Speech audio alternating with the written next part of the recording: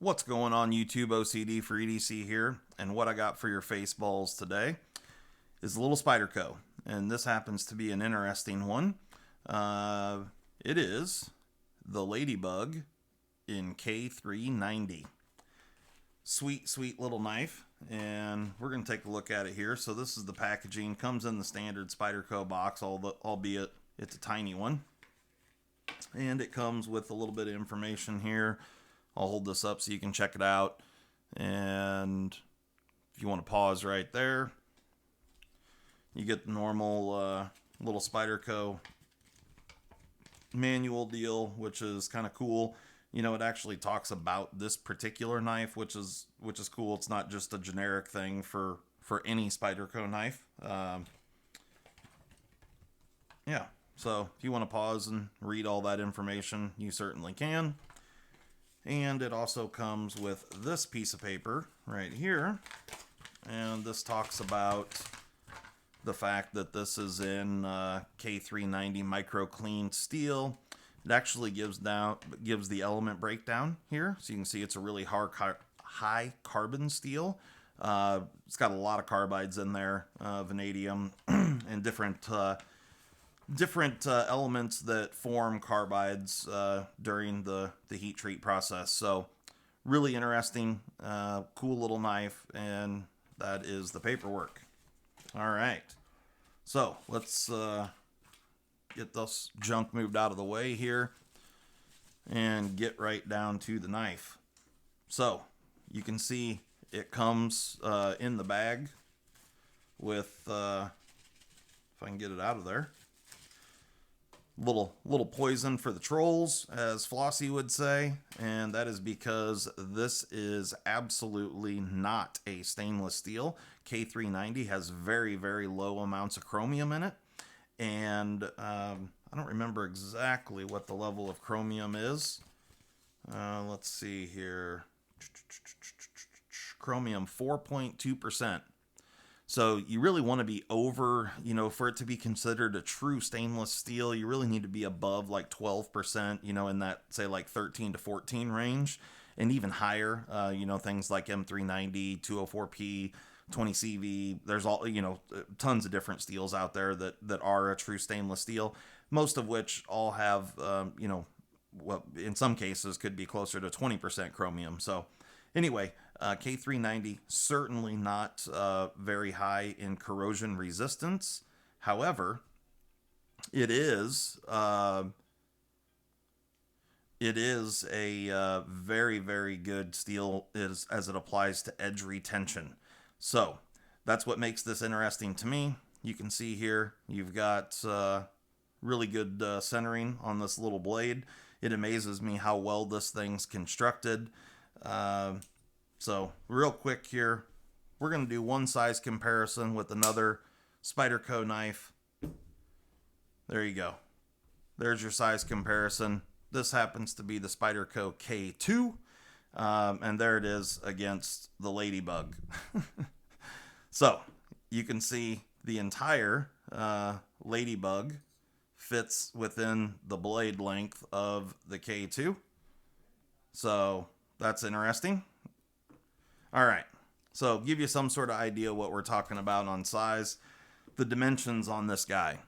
We have got an overall length of 4.45 inches. You've got a handle length of 2.5 inches and a blade length of 1.95.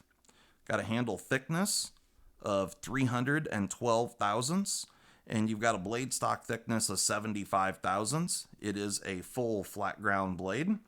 Behind the edge, it's a very, very slicey 9 thousandths all the way across, which I'm really happy to see that.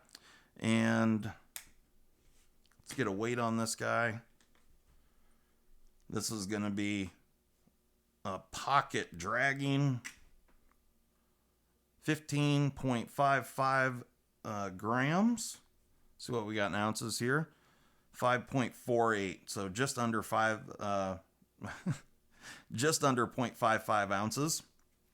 So half of an ounce, or just over half of an ounce. Sorry, my head is not right, obviously. But a cool little knife.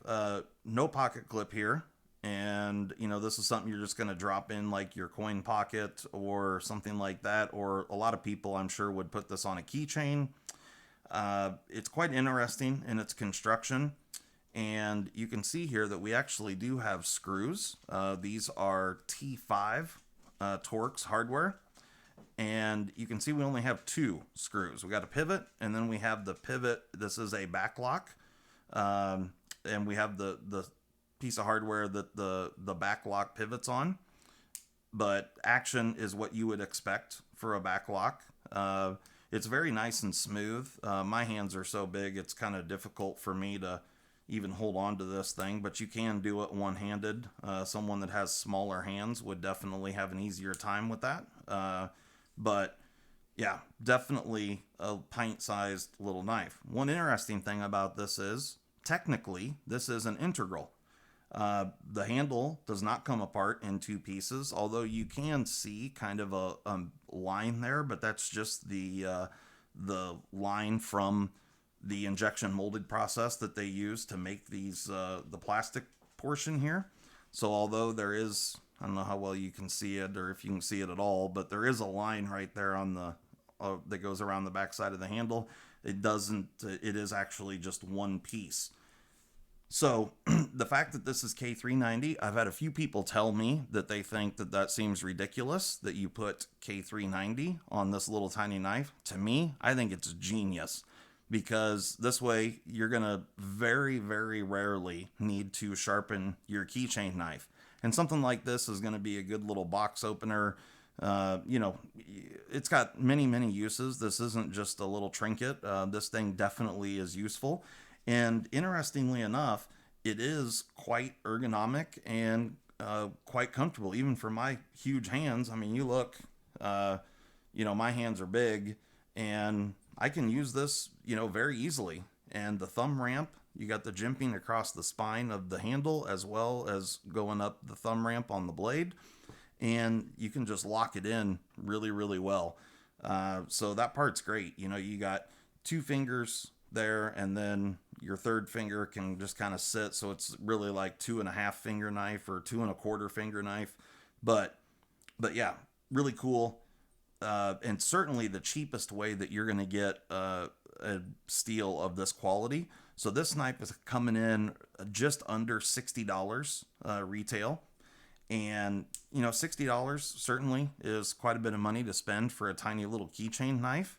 But compared to what else is out there, you're not going to get edge retention like this on any other keychain knife that I've ever seen. You know, I actually have some other keychain knives like the Kershaw Cinder, a few different ones. Actually, I should have been a little bit more prepared. Hold on just a second.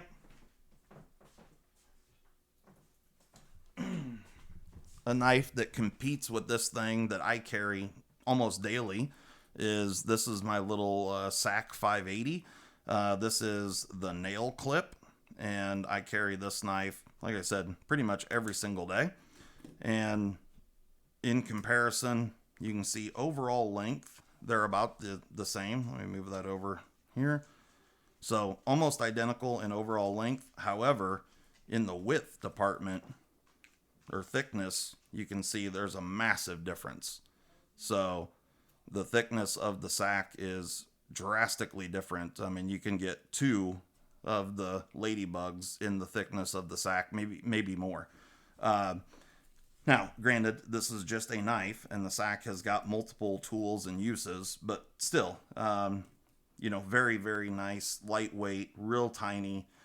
Definitely could go on a keychain. I don't carry this on a keychain, although it could. I don't like having my keys be bulky, so I don't put a bunch of junk on my keychain. However, this knife right here would work very well for a keychain knife.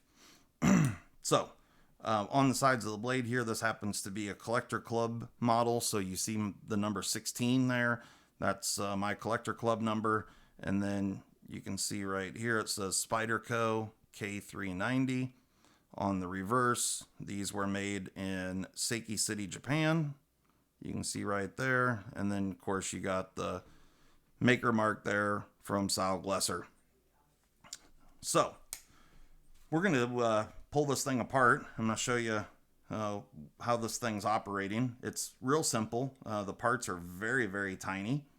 But so right here, you can see the hardware, very, very small. And this is a T5 Torx. And so both pieces of hardware are the exact same. The only difference is the pivot screw has got a washer on both sides, and the one behind it does not. So you can see there, I've got both screws out, and you can see the washer. And on the opposite side, there is no hardware. It's not tooled on this side, but you can see the washer there and without. So let's go ahead and open this up. And I'm just going to relieve the pressure off the blade and just poke that pivot through. There you go. You can see the washer right there. And then here is the actual pivot itself. It's all one piece. And if you can notice, it actually has a flat. It's D-shaped. If I can show that off. So there is a flat on that one side there. Right now it's pointed up in like the 12 o'clock position. So you can see the flat right there.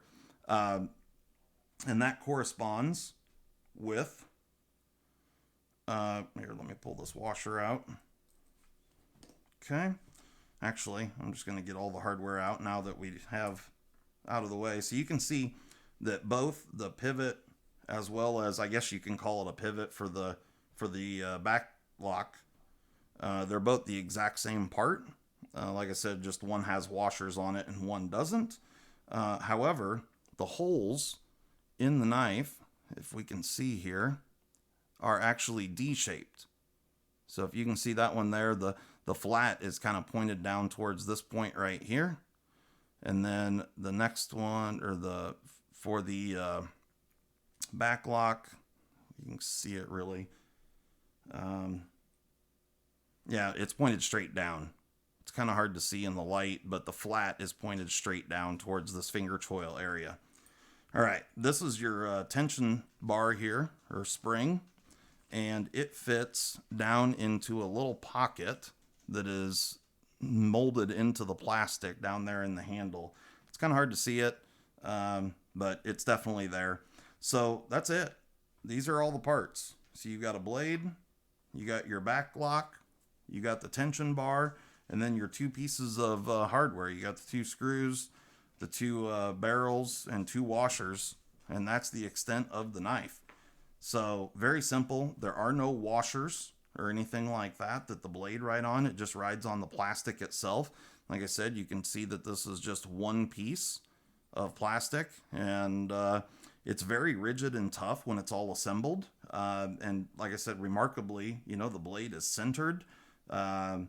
It's pretty amazing, honestly. So I'm going to go ahead and put this back spring back in there.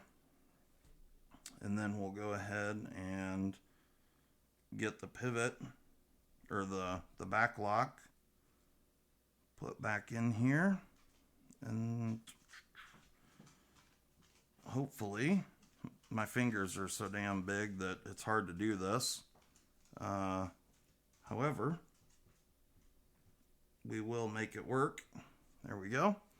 So that one's in. I'm going to drop the screw in there. And I'm just going to go ahead and get the screw. I'm not going to tighten it. I'm just going to get it all started just so nothing comes out or falls apart while we're trying to put it together. So now you can see I've got the spring in. So I've got spring tension against that back lock bar. But the blade's not in yet, obviously. All right. So now we are going to, I'm going to first start by dropping a washer on there. And now I'm going to push down on that back lock and get that hole lined up right there. And then make sure I got my flat in the correct orientation. There we go. All right. Go ahead and shut that. So now I've got my pivot back in. Drop that washer on. Oop. Man, the hardware on this is so tiny. But it actually amazes me that they did screws on this knife. You know, a lot of the lightweights and stuff, these knives are pinned instead of having actual hardware. Or I shouldn't say hardware, screws, serviceable screws. But this one has screws, which I'm really happy about that. I'm glad that you can service this knife, and that's pretty cool. You can see there, blade is perfectly centered. Action is exactly what you would expect. Zero blade play in any direction. The quality of this thing is really, really remarkable for, you know, the fact that it's just a little tiny, almost toy-like type knife. However, you have Rockstar blade steel here as far as edge retention goes.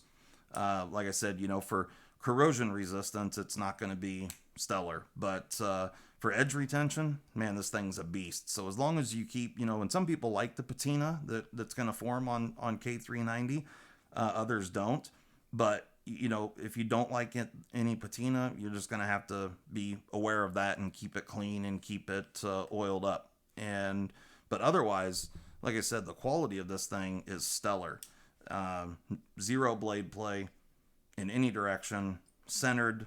For a little tiny knife like this, that's impressing me for sure.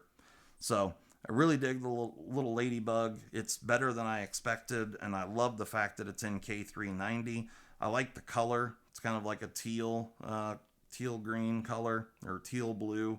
Yeah, I like everything about it. I love how thin and slicey the blade is. It's just a cool little knife. And so if you think about it this way, for under $60, you're getting, as far as edge retention is concerned, a really, really badass super steel, a cool looking handle, and it's an integral. So can't go wrong with that, right? So the Ladybug is killing it. So anyway, guys, that's about all I had for your face balls today. I hope you enjoyed the Ladybug. I hope you enjoyed the disassembly, even though those parts are tiny as all hell. Leave comments, like, subscribe, do all the things. Thanks a lot, and we will see you next time.